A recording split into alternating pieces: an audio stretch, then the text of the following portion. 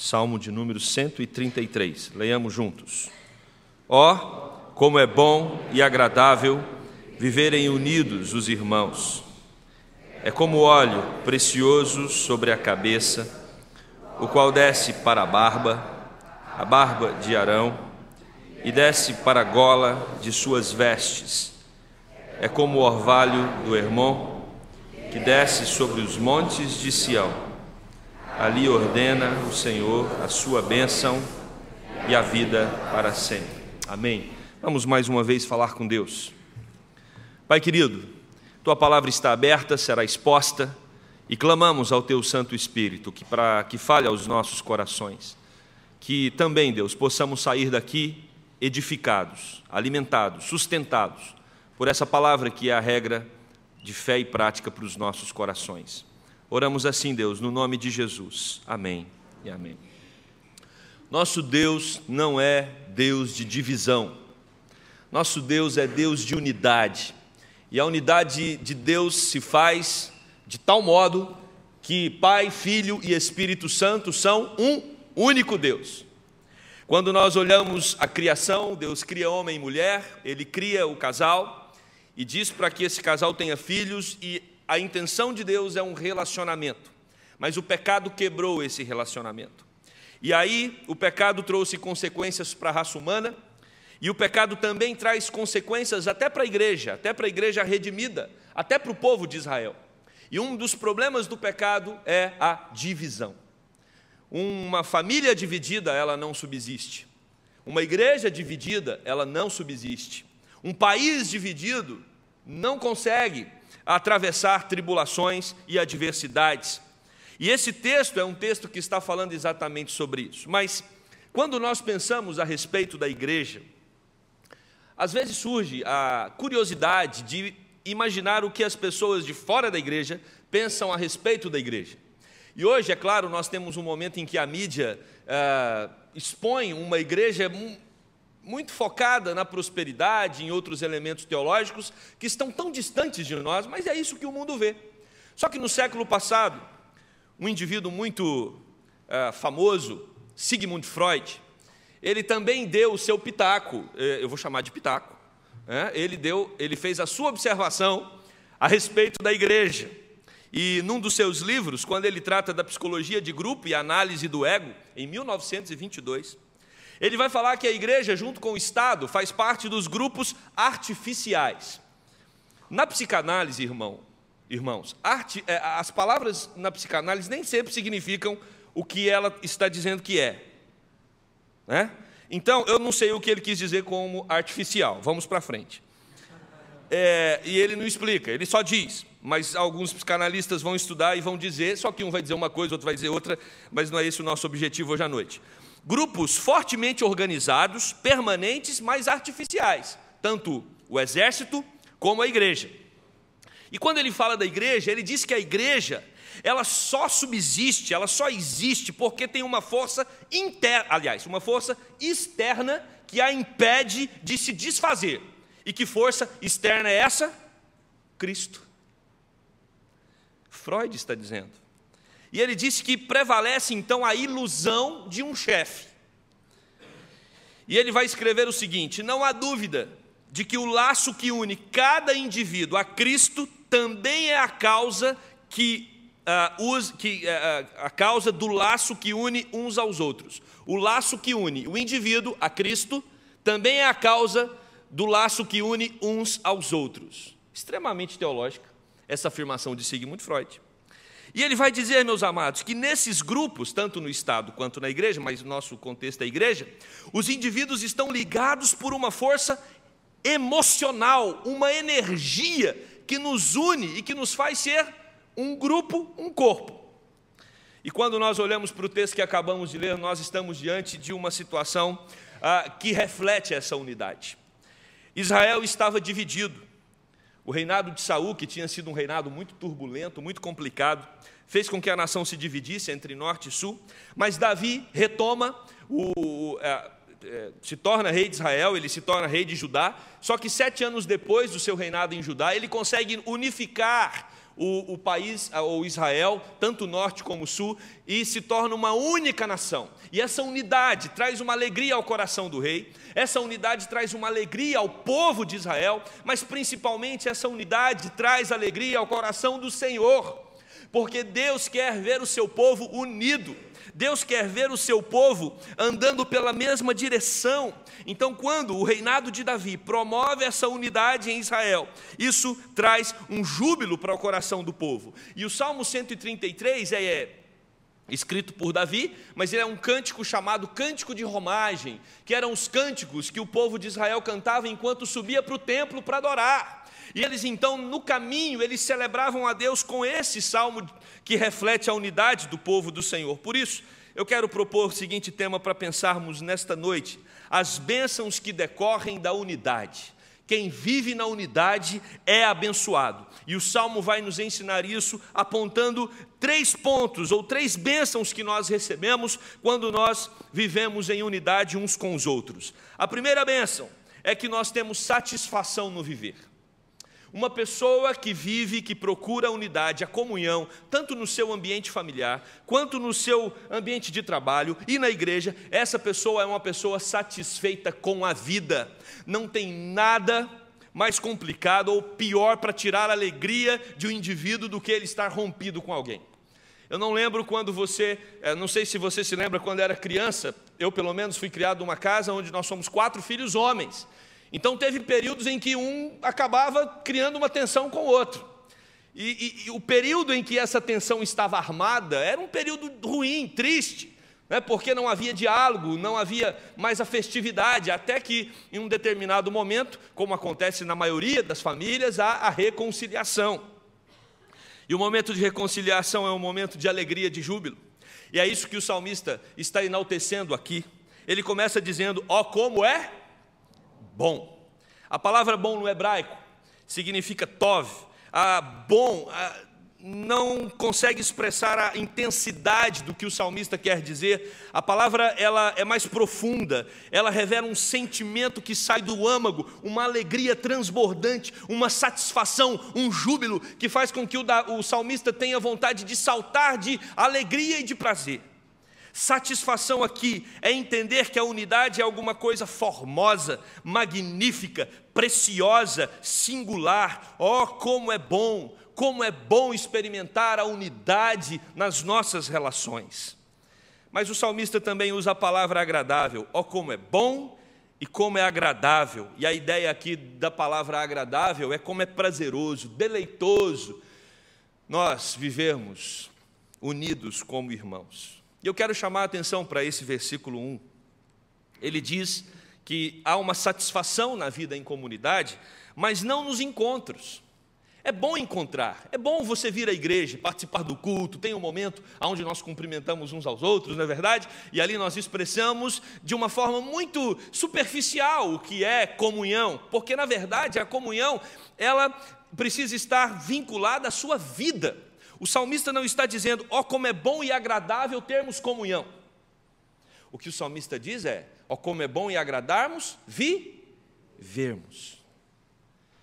Só teremos satisfação numa vida de comunhão quando nós vivermos esta unidade. E para viver essa unidade, você precisa entrar na minha vida e eu tenho que entrar na sua vida.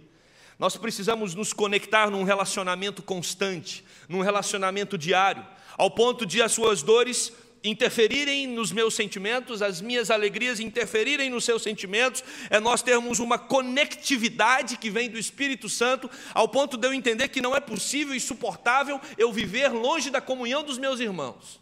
Essa é a ideia do salmista, é viver unidade, de acordo com a palavra de Deus, de acordo com o exemplo da Trindade, é vida.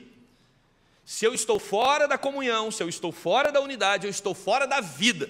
Porque quando nós estamos juntos, nós refletimos a vida, e é isso que o Novo Testamento também vai nos ensinar, que Jesus Cristo é o cabeça da igreja, e nós somos o corpo, e nós expressamos a vida de Cristo quando nós vivemos unidos como o corpo de Cristo. Então, unidade não é um encontro, mas um viver, não é uma circunstância. Às vezes eu tenho comunhão com os meus irmãos, não, é um estado. Eu estou sempre em comunhão com os meus irmãos. Nós nos preocupamos uns com os outros, não apenas quando nos reunimos aqui, não apenas quando compartilhamos algumas coisas aqui, mas quando nós vamos embora e pegamos o boletim, e ali tem uma lista de enfermos, e nós intercedemos por esses enfermos. Ou quando nós vamos para uma das nossas células, e ali nós conversamos a respeito das dificuldades, das fadigas, dos problemas que nos atormentam, e nós temos alguém que intercede por nós. Ou seja, nós experimentamos dessa unidade prazerosa, satisfatória, numa vida em comunidade, que se estende para o nosso dia a dia. Se você quer ter satisfação no viver, viva em paz com todos. No que depender de vós, tende paz com todos. A divisão não provém de Deus. Outra bênção que decorre da unidade são os vínculos. O destaque do verso 2 é o sacerdote Arão. Quando nós olhamos para a figura que o autor constrói, é como óleo precioso sobre a cabeça, o qual desce para a barba de Arão, e desce para a gola de suas vestes. Talvez nós nos perguntamos, mas que óleo é esse que começa pela cabeça, vai pela gola, chega na veste? Qual o propósito do salmista? É colocar essa figura de linguagem, ou esse exemplo? Meus amados, esse exemplo é profundo, porque ele reflete vínculo. A figura de Arão é o centro do versículo 2. Porque Arão, lá em Êxodo capítulo 30, versos 22 a 33, nós temos um momento em que ele foi ungido como sacerdote do povo de Deus. E quando Arão é instituído como sacerdote, ele é ungido com óleo. E a ideia aqui da abundância do óleo, que o óleo se escorre e vai para a gola e chega até as vestes de Arão, tem uma importância muito grande. Por quê? Porque nas vestes de Arão estavam as 2 pedras de ônix, e nelas estavam inscritos as 12 tribos de Israel. Quando o sacerdote entrava no Santo dos Santos, ele entrava com essa vestimenta, e com essa vestimenta, ali nela, estavam as 12 tribos de Israel, ou seja, o sacerdote é um indivíduo que representa o povo de Israel diante de Deus. É aquele que leva as dores, as aflições, as angústias do povo, e roga a Deus para que perdoe os pecados do povo, dentro dos santos dos santos. É ele o intercessor do povo. Por isso que o texto vai dizer que o óleo ele desce e chega até as vestes, porque esse óleo da unidade, da comunhão, ele precisa percorrer por todas as tribos de Israel. Assim como nas vestes do sacerdote haviam as 12 tribos, assim também nós precisamos andar na mesma unidade.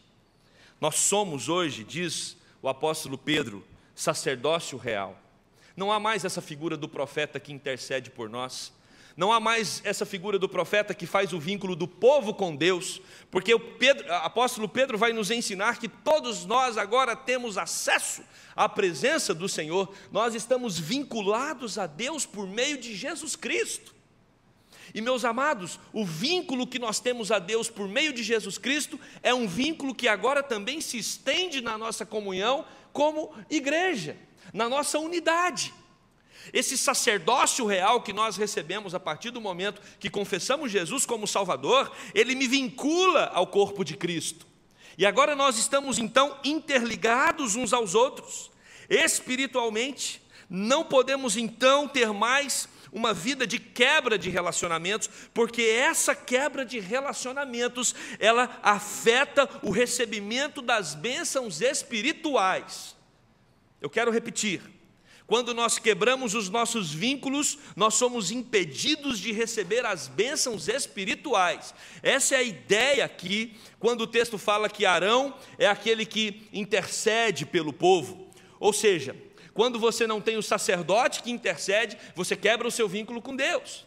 E se há unidade agora no povo de Israel por meio do sacerdote, que intercede por todas as tribos, a igreja agora que tem livre acesso à presença de Deus, porque cada um de nós somos sacerdotes, nós também precisamos ter como marca a unidade de um povo que está em direção a Deus, que tem um vínculo profundo com Deus e também uns com os outros. São vários os textos do Novo Testamento que vão nos ensinar que a expiação dependia da unidade. Se nós queremos que os nossos pecados sejam perdoados, assim como o pecado do povo era perdoado quando o sacerdote intercedia, nós precisamos ter unidade. Jesus Cristo falou sobre isso, na oração do Pai Nosso, quando Ele nos ensina que os nossos pecados só serão perdoados por Deus, e Ele coloca uma condicional ali, quando nós aprendermos a perdoar uns aos outros. Em outra passagem, nós temos o apóstolo Pedro ensinando que o marido precisa tratar bem a sua esposa, porque marido que não trata bem a sua esposa, as suas orações serão interrompidas. Deus não vai ouvir o clamor de um marido que está com seu vínculo quebrado com a sua esposa. Está lá em 1 Pedro. Mas o apóstolo João também vai escrever sobre esse assunto, porque é um assunto importante. E ele vai dizer que como você consegue afirmar que ama a Deus a quem você não vê, se você não ama ao seu irmão a quem você vê. Estamos vinculados uns aos outros. Calvino vai comentar esse versículo 2 e dizer que pela barba e gola das vestes de Arão, aqui no texto, nós somos levados a entender que a paz que vem de Cristo como cabeça se espalha através de todo o comprimento e a largura da igreja. Jesus é o cabeça, e a paz dele desce sobre todos nós, como igreja unida, como igreja interligada, como igreja que está andando na mesma direção para servir e amar ao Senhor. Terceiro e último lugar, quando nós estamos na busca pela unidade, nós somos abençoados com a prosperidade. Relembrando, nós somos abençoados por uma vida de satisfação, nós somos abençoados pelos vínculos que nós recebemos e nós somos abençoados pela prosperidade. Quando eu uso o termo prosperidade aqui, eu não estou me referindo àquilo que a teologia da prosperidade diz por aí, afirmando que uma vez que você crê em Jesus, você vai ser rico e nunca vai ficar doente. Isso é uma heresia. Quando nós falamos de prosperidade na palavra de Deus, nós entendemos que quem nos dá a prosperidade é o próprio Deus. A presença do Senhor faz com que eu não tenha necessidade de nenhuma outra coisa mais. A presença do Senhor me ensina a ter satisfação com aquilo que Ele tem me dado. E quando nós olhamos para o versículo de número 3, nós temos aí o salmista dizendo que a unidade dos irmãos é como o orvalho do Hermon que desce sobre os montes de Sião. Ali ordena o Senhor a sua bênção e a vida para sempre. É como o orvalho do Hermon que desce sobre os montes de Sião. Nós temos um problema geográfico. O Hermon, o Monte Hermon, está no extremo norte de Israel. Sião está a 200 quilômetros de Hermon. E a pergunta que surge é, como o orvalho que desce da neve que derrete do Hermon vai atingir Sião a 200 quilômetros? Geograficamente é impossível. E quando nós olhamos acerca de Sião, aqui em todo o Antigo Testamento, o doutor Mauro Meister vai comentar também esse texto e vai dizer que Sião, se Hermon é o lugar da prosperidade da vida, porque tem bastante água, e onde tem água você tem terra fértil, então o plantio era um plantio que se destacava. Já Sião estava na fronteira com o deserto, símbolo de morte e de sequidão. Então você tem a fartura em Hermon e a sequidão em Sião. E como que Hermon é capaz de atingir Sião? A pergunta que fica: por meio do Rio Jordão. O Rio Jordão traz a água do Hermon para regar a terra de Sião. Por isso que precisava ter unidade em Israel, porque Israel precisava da água que vinha do norte para regar o sul, que vivia em sequidão. O Rio Jordão, então, é a figura central do versículo 3, porque o texto vai dizer que Hermon interfere em Sião por meio do Rio Jordão, que leva água para aquela terra. Mas, por outro lado, irmãos, Sião é o centro espiritual de Israel. Ali é onde Deus mandou construir o templo. Então, se você tem a vida que vem pelo Rio Jordão, promovendo vida no sul, que era uma região de sequidão, você tem a vida espiritual do sul, promovendo também vida no norte. Ou seja, o norte precisa do sul e o sul precisa do norte. Um traz o mantimento material e o outro traz o alimento espiritual. Isso faz com que Israel se torne uma nação completa, viva e cheia de fartura, tanto uma fartura espiritual quanto uma fartura material. Essa unidade, diz o texto, em Sião, com o Hermon, faz com que Israel ordena a sua bênção e a vida para sempre. Esse é o propósito de Deus, que por meio da nossa unidade, que por meio da nossa comunhão, nós tenhamos uma vida marcada pela bênção do Senhor, uma vida marcada pela presença do Senhor, uma vida marcada pela completude do Senhor. Quando nós voltamos ao Novo Testamento e observamos ali que nós somos um corpo, e cada corpo, que nesse corpo cada um é um membro. Isso está correlacionado com o que o salmista quis dizer aqui. Se o norte precisa do sul e o sul precisa do norte, nós precisamos também uns dos outros. Você tem dons e talentos que Deus deu para você que não deu para mais ninguém. E você precisa exercitá-lo no corpo de Cristo. Existem dons e talentos que Deus me deu. E eu também preciso exercitá-lo no corpo de Cristo. E quando nós exercitamos os nossos dons e talentos, nós manifestamos a unidade e nós somos abençoados pelo Senhor em toda a nossa vida. Eu quero concluir esse sermão, meus irmãos, voltando em Sigmund Freud. No seu texto sobre a psicologia de grupo e a análise do ego. Ele vai terminar dizendo o seguinte: ocorre um pânico quando esses laços são desfeitos por causa do individualismo. Freud vai dizer que quando esse grupo chamado igreja, uma pessoa resolve se afastar dele por causa do seu individualismo, por causa dos seus valores pessoais, isso causa um pânico no grupo. E causa mesmo. Freud estava certo, pelo menos nesse ponto. Porque nós não fomos separados por Deus para vivermos isolados do rebanho.